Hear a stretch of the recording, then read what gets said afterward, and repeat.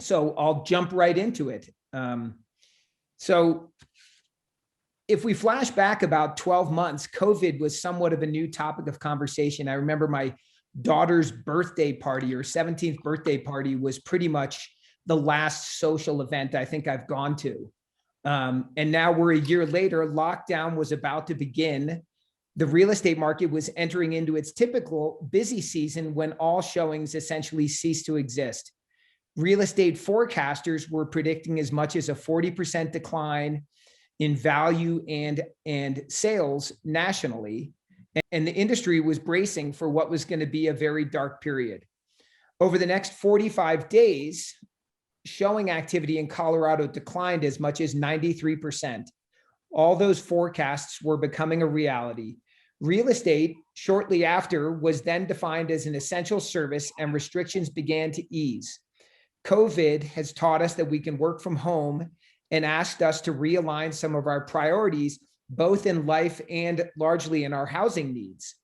The gates to lifestyle communities like Boulder were opened, and the migration of the wealth of largely driven by some of the more fortunate or the wealthy from urban centers like New York, San Francisco, and LA began. The months to follow were some of the busiest I have witnessed in our market. And I believe that our market has sort of forever been redefined. Yes, national markets have suffered greatly, but as with much of the pandemic, the impacts have been targeted, with tremendous prosperity and growth offset by great loss. So that's the preamble to this conversation.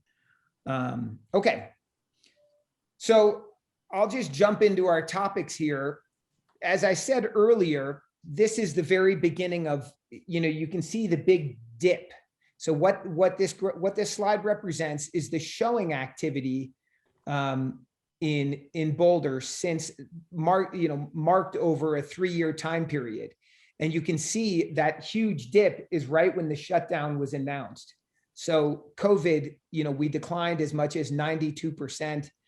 I know everybody was bracing for a tough time. We very quickly recovered, and you can see that the trend sort of followed the typical year. And you can see on the left side, the orange line is 2021.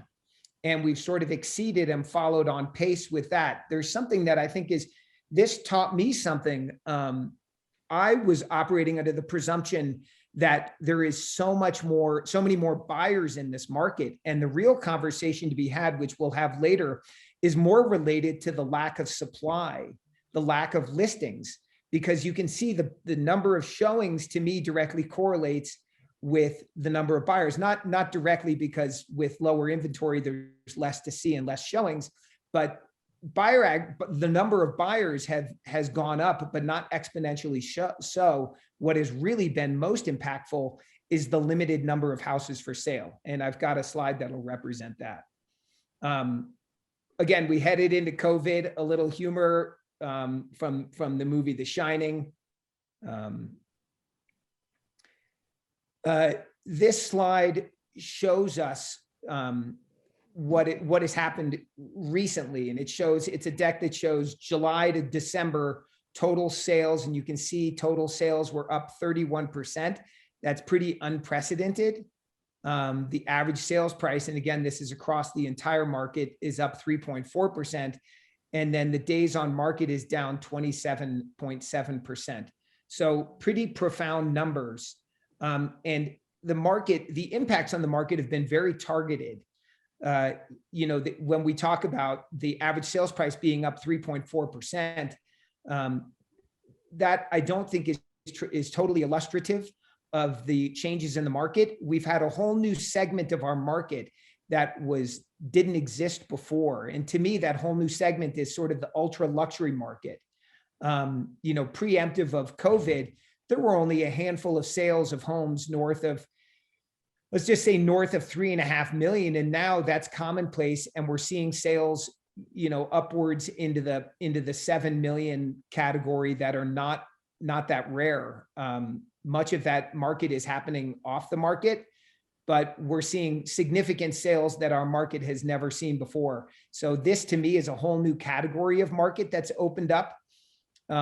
So like everything, The $1 million market is every house that comes on the market has multiple offers. So it's been fairly segmented, but the market in general, especially over the last 2 months, has been tremendously competitive, with many, many buyers fighting for a very limited inventory. Current market, as you can see on the right-hand side, really, this is just charting the number of active listings. And you can just see how pronounced the inventory shift is relative, dating back all the way to 2017. We're so low in inventory, and that's really what's pressing prices up and keeping the demand high. So that's a fairly significant shift. Again, this is highlighting active listings being down up to 50% as compared to January of last year. I don't know that we've ever seen that market dynamic before. And that's across all market segments. All areas in Boulder County have seen similar results. Average sales price in January increased by 17%.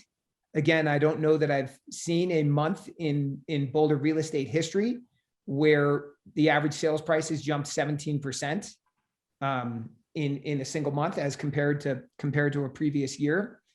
But again, a fairly impactful change. Average days on the market is down as 27%, looking at January's. So that again just shows the demand and the increase in demand. It's funny, the sentiment, it wasn't that long ago that we would feel lucky to get an offer.